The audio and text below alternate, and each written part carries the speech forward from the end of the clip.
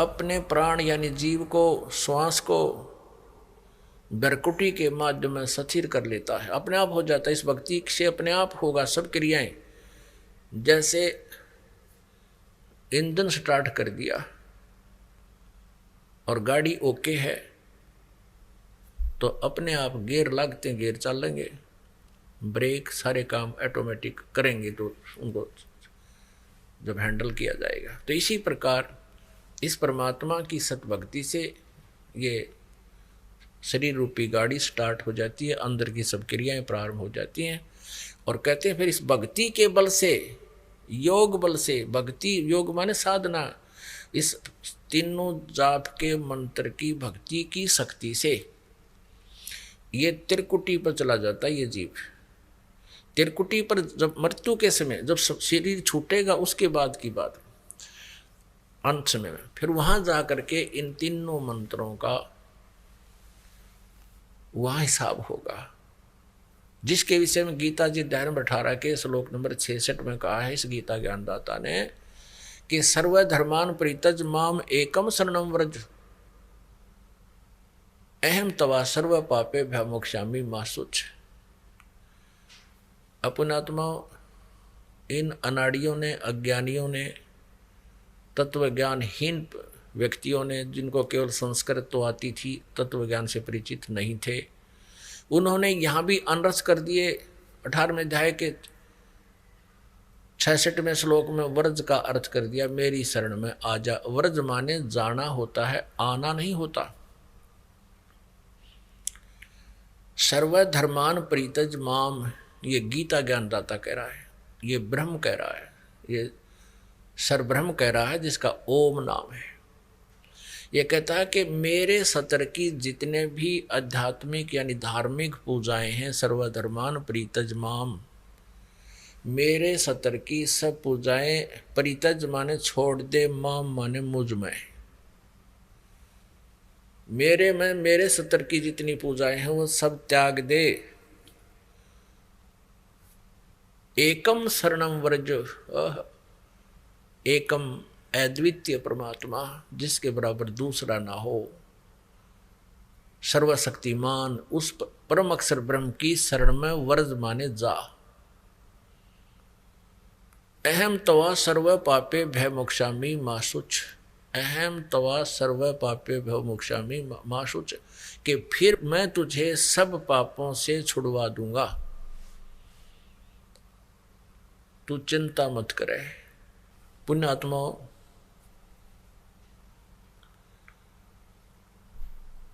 अब जैसे ओम तत् सत, इस 3 मंत्र के जाप की कमाई से परमात्मा प्राप्ति होगी।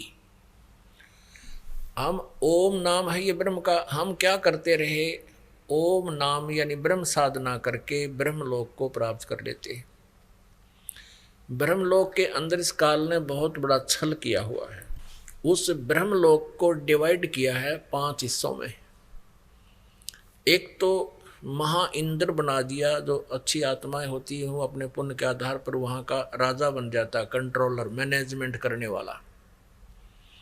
और भी अच्छी पुण्य आत्माएं हैं तो उनके लिए उस रेस्टोरेंट को विभाजित कर रखा है, उस स्वर्ग को, स्वर्ग कहो चाहे रेस्टोरेंट कहो, जहां प्राणी अपने पुण्यों का, अपनी पूंजी का ही नाश करता है और वहां की सुविधाएं प्राप्त कर लेता है।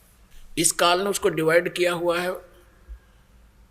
महा इंद्र का लोक, उसके ऊपर फिर 4 नकली लोक बना रखे हैं। सतलोक नकली, डुप्लीकेट, ऊपर के लोकों की नकल करवा रखी है दुर्गा से, अपनी शक्ति से इसने बनवा रखे।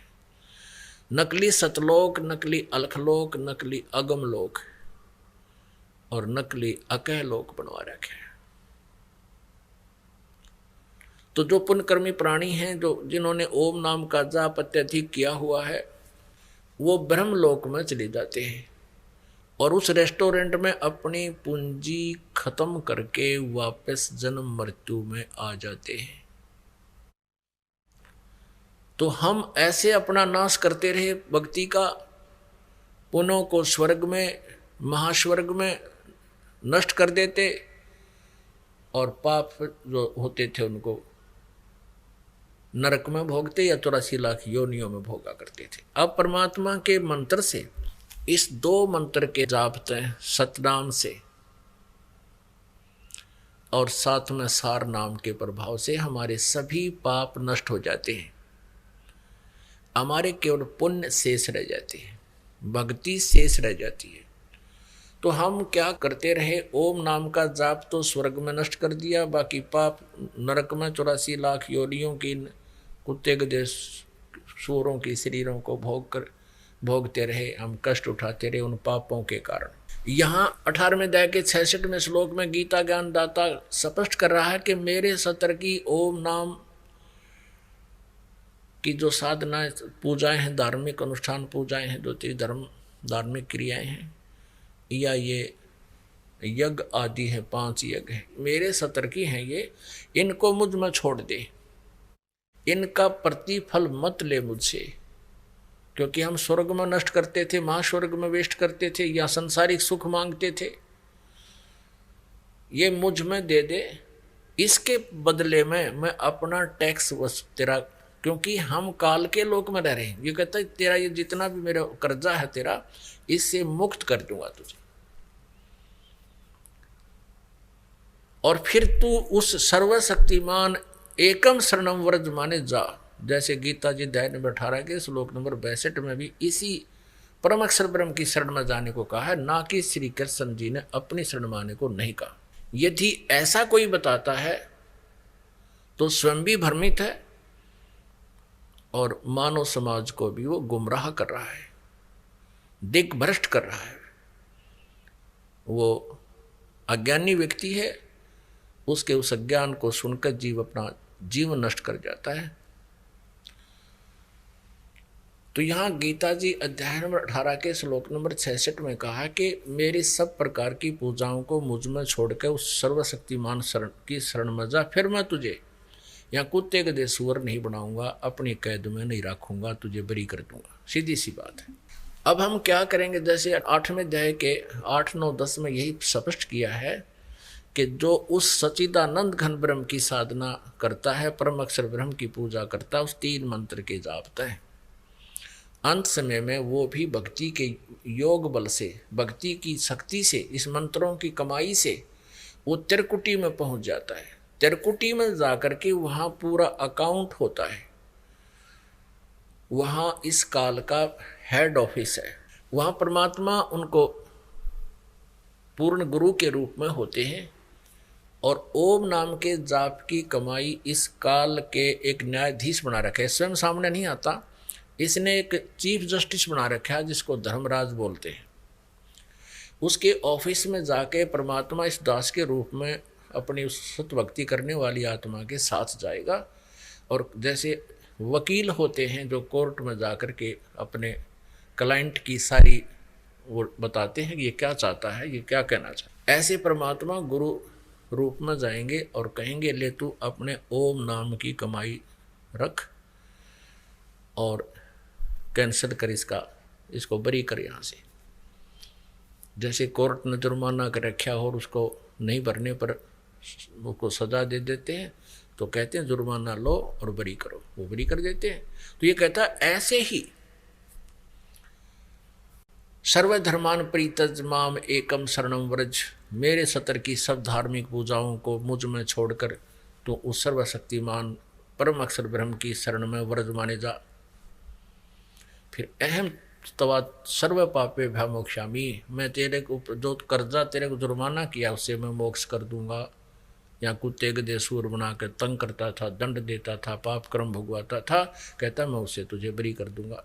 तो ये है इसका वास्तविक अर्थ 18वें अध्याय के 66वें श्लोक का और 18वें अध्याय के 62वें श्लोक का। अब फिर क्या होगा, जैसे वो जो तत् मंत्र का और सत मंत्र की कमाई, जो ओम और तत् ये 2 अक्षर का मंत्र है। ओम ब्रह्म का है, तत् ये पर ब्रह्म का है, अक्षर पुरुष का है। गीता जी अध्याय नंबर 15 के श्लोक नंबर 16 और 17 में जो 3 प्रभु बताए हैं, 3 पुरुष बताए, तो उसमें जो अक्षर पुरुष है उसका मंत्र है ये तत्। इस तत् मंत्र की जो कमाई गुप्त होगी वो ओम तत्सत ये नहीं। और हरि ओम इसका ला दिया तो बिल्कुल गलत हो गया सारा ही काम। ओम तत्सत भी बोलना गलत है, ऐसा जाप नहीं है। इसकी विधि भी 3 प्रकार से है, त्रिविध समर्था है। तो उस तत् मंत्र की जो कमाई है वो हमने इस अक्षर पुरुष को देनी है, क्योंकि इसके 7 शंख ब्रह्मांडों से हमने पार होके जाना है। या सब ने अपनी अपनी जुरिडिक्शन बना रखी है, सीमा बना रखी है, और सब ने अपने टैक्स लगा के काम चलाते हैं। यहाँ सबका यही व्यवस्था है। यहाँ का राजा भी ऐसे ही जनता से टैक्स लेकर ही अपना गुजारा और व्यवस्था सेना वगैरह करता है, और उनके देश से आने जाने का भी कोई व्यवस्था करता है तो वहाँ का भी वो चार्ज लेते हैं। ऐसे ही इस अक्षर पुरुष के 7 शंख ब्रह्मांडों से हम पार करके जाएंगे तो वो जो तत्व मंत्र की कमाई इसको दे देंगे। अब वो सत मंत्र रहा, वो जिसको सार नाम भी कहते हैं। इस सार नाम की कमाई से, सत मंत्र की कमाई से हम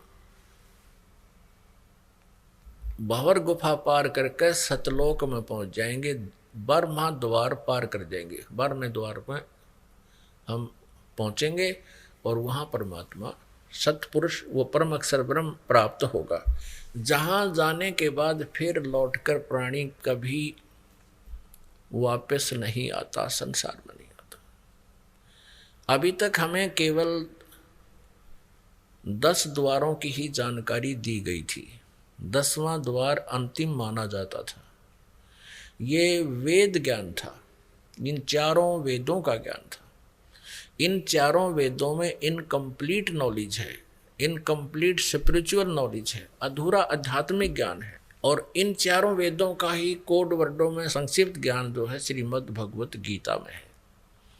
तो श्रीमद् भगवत गीता जी अध्याय नंबर 4 के श्लोक नंबर 34 में ऑप्शन छोड़ दिया है कि तू उस तत्व ज्ञान को तत्वदर्शी संतों से समझ और वही उस परमात्म तत्व की जानकारी देंगे। इससे भी सिद्ध है कि गीता ज्ञान इनकम्प्लीट है, लेकिन गलत नहीं कह सकते, अधूरा है। और ऐसे ही 4 वेदों का सारांश ये है ही। यजुर्वेद अध्याय नंबर 40 के श्लोक नंबर 10 से लेकर 13 में ये वेद ज्ञान दाता वही है जो गीता ज्ञान दे रहा है, ये ब्रह्म है। ये 40 में अध्याय के 15वें श्लोक में कहता है कि वायु अनिलम अमृतम अथिदम भस्मांतम शरीरम ओम कर्तु समर कल्वे समर और कर्तुम समर। और यजुर्वेद 40 में अध्याय के 17वां श्लोक अंतिम श्लोक है यजुर्वेद का, और अंतिम अध्याय है 40वां। उसके लास्ट में निर्णय कर दिया है कि वो परम अक्षर ब्रह्म, वो जो उत्तम पुरुष, वो परमेश्वर तो गुप्त है, वो पूर्ण परमात्मा तो गुप्त है, परोक्ष है। और मैं ब्रह्म हूँ, मेरा ओम नाम है, और मैं ब्रह्म लोक में रहता हूँ, व्यापक हूँ। अहम खम ब्रह्म, ओम मेरा अक्षर है, मेरा मंत्र है, और मैं ब्रह्म उस ब्रह्मलोक रूपी दिव्य आकाश में रहता हूँ। श्री देवी भागवत में 7वें स्कंद में गीता प्रेस गोरखपुर से प्रकाशित 562-63 पृष्ठ पे स्वयं दुर्गा जी कहते हैं, हिमालय जी को ब्रह्म के बारे में जानकारी देते हुए कहते हैं उसका ओम नाम है, और उस ओम नाम के जाप से तो ब्रह्मलोक प्राप्त होगा। अन्य कोई पूजा मत कर, सब साधनाएं छोड़ दे, अपने सतर की देवी जी कहती है मेरी पूजा भी त्याग कर, केवल उस ओम का जाप कर, फिर तो ब्रह्म को प्राप्त होगा, और वो ब्रह्मलोक रूपी दिव्य आकाश में रहता है। वह ब्रह्मलोक रूपी दिव्य आकाश में स्थित है। ऐसे ही यजुर्वेद अध्याय नंबर 40 के श्लोक नंबर 17 में कहा है मैं तो ब्रह्म हूं, अहम ब्रह्म खम ओम, मेरा ओम नाम है, और मैं उस ब्रह्मलोक रूपी दिव्य आकाश में सचित हूं, अंतरिक्ष में। और वो परमात्मा तो पूर्ण परमात्मा तो परोक्ष है, गुप्त है, ये नहीं जानता उसके विषय में। तो इसलिए 40वें अध्याय के 15वें श्लोक में कहा कि ओम कर्तु समर कल्वे समर कर्तुम समर, यदि मेरी साधना करनी है तो ओम नाम का जाप काम करते करते सिमरण करना। जैसे श्रीमद् भगवद गीता अध्याय नंबर 8 के श्लोक नंबर 7 में कहा कि अर्जुन तू युद्ध भी कर, मेरा सिमरण भी कर। यानी युद्ध से कठिन काम कोई नहीं हो सकता। और उसमें भी कहता सिमरण करना, बोलना नहीं इसको। तो ऐसे वेद बता रहे हैं, यजुर्वेद 40वें अध्याय का 15वां श्लोक, ओम कर्तु समर किलवे समर और कर्तुम समर। ओम नाम का जाप काम करते करते सिमरण कर, विशेष कसक के साथ सिमरण कर, और मनुष्य जीवन का प्रथम कर्तव्य जान के इसका सिमरण कर, यानी इस कसक से कर। तो इसे 2 बात तो ये सिद्ध होगी। अब जो दास लाना चाहता है इस सारे विवरण को, 40वें अध्याय के 10 से लेकर 13 श्लोकों में कहा है कि कोई तो कहता है उस परमात्मा को कि वो उत्पन्न नहीं होता, यानी निराकार है। कोई कहता है वो अवतार धार कर आता है, वो उत्पन्न होता है, वो साकार है। तो इसमें बताया है कि इस साकार और निराकार की, उस परमात्मा की यथार्थ जानकारी भी वो तत्वदर्शी संत बताते हैं। वो उनसे सुनो। और ऐसे ही कहा कि कोई तो जिसने अक्षर ज्ञान हो गया किसी भी भाषा विशेष का, तो उसको विद्वान कह देते हैं, और जिसको अक्षर ज्ञान नहीं है उसको अविद्वान कह देते हैं। विद्वान और अविद्वान की परिभाषा भी वो तत्वदर्शी संत ही बताएंगे, उनसे सुनो। इससे सिद्ध है कि वेद ज्ञान भी इनकम्प्लीट है। तो वेद ज्ञान भी इनकम्प्लीट है, कंप्लीट नॉलेज नहीं है, स्पिरिचुअल नॉलेज नहीं है, यानी पूर्ण अध्यात्म ज्ञान नहीं है। और वही ज्ञान 4 वेदों का श्रीमद् भगवत गीता में है। तो ये भी इनकम्प्लीट नॉलेज है, स्पिरिचुअल नॉलेज है, ये कंप्लीट नॉलेज नहीं है, अखिलम नहीं है, अखिलम अध्यात्म नहीं है ये। तो इसलिए इन 4 वेदों में केवल ब्रह्म तक का ज्ञान रहा है, और उसके बाद तत् और सत जो मंत्र हैं इनकी जानकारी सूक्ष्म वेद में है, जो परमात्मा सच्चिदानंद घन ब्रह्म कबीर देव जी की कबीर वाणी में वर्णित है, जो इस दास के समझ में आई है। क्योंकि उस ज्ञान को समझना, पहले तो ये 4 वेद ही समझ में नहीं आए इनका आज तक, ये अक्षर के संस्कृत के ज्ञाताओं को नहीं समझ में आया। तो यहाँ जो प्रसंग चल रहा है, तो उसी प्रकार फिर ये सूक्ष्म वेद जो है कबीर वाणी, ये कबीर पंथियों के समझ में नहीं आई आज तक। इस दास के ऊपर कृपा की परमेश्वर ने, और इसको उन्होंने कृपा करके इस दास को समझाया। नहीं तो उस परमात्मा के जब 4 वेद ना समझ मारे जिसके, तो ये सच्चिदानंद घन ब्रह्म की वाणी किसका समझ में आवेगी। तो अब इस परमात्मा के जो सूक्ष्म वेद के अंदर 4 वेदों का, 18 पुराणों का, इन उपनिषदों का और श्रीमद् भगवद गीता का भी ज्ञान है, और इससे अलग भी ज्ञान है। ये कंप्लीट स्पिरिचुअल नॉलेज है, ये पूर्ण अध्यात्म ज्ञान है। अब पुण्यात्माओं, अब जो आज का जो सत्संग प्रारंभ हुआ था जिस विषय पर कि ये पुण्यात्माएं जो मानव शरीर प्राप्त करके परमात्मा की खोज में लगे हैं, वे विशेष पुण्यकर्मी प्राणी हैं। वैसे तो जिनको मानव शरीर प्राप्त होता है वे पुण्यात्मा हैं। उनसे भी जैसे कहते हैं ना,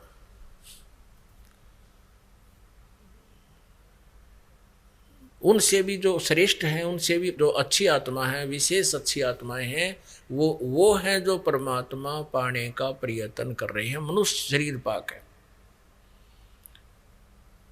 और वो फिर जाते हैं जैसे प्यासा घूमता है पानी की तलाश में, पानी की खोज में, जल की खोज में, और अंत में उसको जल न मिलने से वो प्यास से मर जाता है। ऐसे ही जो प्रभु के प्यासे प्राणी जल स्रोत जानकर, क्योंकि परमात्मा आता है वो संत रूप में आता है, ये पहले से भी आप जी सुनते आए हो।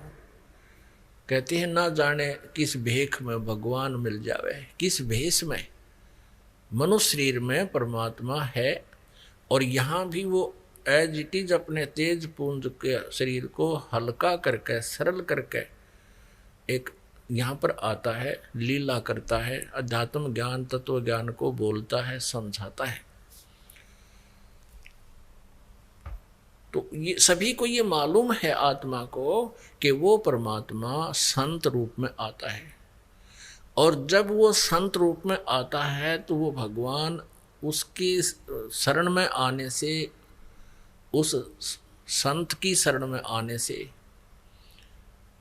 उसको विशेष लाभ होता है। और वो परमात्मा यानी पूर्ण ब्रह्म, अब पूर्ण ब्रह्म ऑब्लिक पूर्ण संत सतगुरु। अब परमात्मा हमने मानना छोड़ दिया कि भगवान नहीं होता, वो तो परम संत होता है जो प्रभु जैसे गुण रखता है। वो कैसे हमने ये अज्ञान ग्रहण किया? इन अज्ञानियों की अज्ञान सिद्धांत के आधार से। जैसे 11 उपनिषद हैं, इन 11 के 11 उपनिषद में सबके मत भिन्न भिन्न है, अनुभव अलग है, उनके ज्ञान, उनके जाप करने के मंत्र अलग हैं। तो सभी ने ये कहा कि परमात्मा तो निराकार है, और संत जो परम संत होते हैं वो अपनी साधना से उसकी शक्ति ग्रहण कर लेते हैं और फिर वो लाभ देते हैं। ये इन अज्ञानियों की सोच है। परमात्मा वाला लाभ परमात्मा ही दे सकता है। परमात्मा की भक्ति करके कोई भिखारी थोड़ी सी कोई भीख मांग भी लेता है तो कितनों को सुख दे सकता है उस भीख से, जो परमात्मा दे सकता है। तो परमेश्वर स्वयं आते हैं, एक सिंपल मैन की तरह रहते हैं। ये भी स्पष्ट करते हैं ऋग्वेद मंडल नंबर 1 और सूक्त नंबर 31 31 मंत्र 17 में स्पष्ट किया है कि वो मनुष्यवत अग्नि, वो परमात्मा, हे परमेश्वर आप मनुष्य की तरह आते हो, आपकी लीला में ऐसा लिखा है। आप प्रत्येक युग में पहले भी आए हो और फिर उसी रूप में आइए और हमें दर्शन दीजिए और हमारा अज्ञान हटाइए, हे मनुष्यवत, हे मनुष्य जैसे भगवान। तो यहाँ क्या बताया है कि ये प्यासी आत्मा कोई मंदिर में जाते हैं, कोई मस्जिद में जाते हैं दुख निवारण या परमात्मा पाने के लिए, धनी बनने के लिए, कोई गुरुद्वारों में जाते हैं, कोई चर्चों में जाते हैं। इसके अतिरिक्त कोई न कोई अनुष्ठान यज्ञ आदि भी करते रहते हैं। इसके अतिरिक्त कोई पर्वत पर जाते हैं, किसी गुफा में पता लगता है कि वहाँ कोई साधु संत रहते हैं, वहाँ जाते हैं। या कोई तीर्थों पर जाते हैं। तीर्थ क्या है? जहाँ पर कोई संत ऋषि साधक ने अपनी साधनाएं की हैं या कोई विशेष घटनाएं वहाँ घटी हैं, वो यादगारें हैं, तो वहाँ जाते हैं उस परमात्मा के पाने के लिए और संकट निवारण कराने के लिए। और कुछ किसी अन्य अनुष्ठान को भी करते हैं। अब परमात्मा अपनी सच्चिदानंद घनब्रह्म की वाणी में कहते हैं कि पर्वत पर्वत में फिरा, अपनी महिमा आप बताओ परमात्मा, आप आरती आप साजे, आप किंगर आप बाजे, आप ताल जहाँ जनकारा, आप नचे आप देखन हारा। कहे कबीर ऐसी आरती गाऊं, आप मध्य आप समाऊं। अब अपनी महिमा मालिक ने अपने ऊपर ही बोल के सुनानी पड़ी, क्योंकि दूसरे को कोई कह दे तो वो नाराज हो जाता था, सुनता नहीं था। आप ही वो एक अच्छे भक्त की भूमिका करते हैं कि एक दास रूप में भक्त को कैसे रहना चाहिए यदि उसने परमात्मा पाना है, और आप ही एक श्रेष्ठ नागरिक के रूप में लीला करते हैं, और आप ही वो जगत गुरु होते हैं, सतगुरु होते हैं। भगवान तो वो स्वयं है ही है, परमात्मा तो वो है ही। तो क्या बताते हैं, स्वयं ही अपना भेद देने के लिए कहते हैं कि कहाँ तुम घूम रहे हो, कोई पर्वत पे, कोई पहाड़ों पे, कोई गुफाओं में, कहीं कुछ, कहीं परमात्मा के लिए भटक रहे हो। कहते हैं पर्वत पर्वत में फिरा, कारण अपने राम, राम जैसे संत मिले हैं, जिन सारे सब काम। अब वो संत, राम जैसे संत मिल गए, यानी सतगुरु कहो चाहे भगवान कहो, परमात्मा कहो, एक ही बात। क्योंकि सतगुरु परमात्मा ही हो सकता है, अन्य कोई सतगुरु कहते हैं वो सतगुरु नहीं है, वो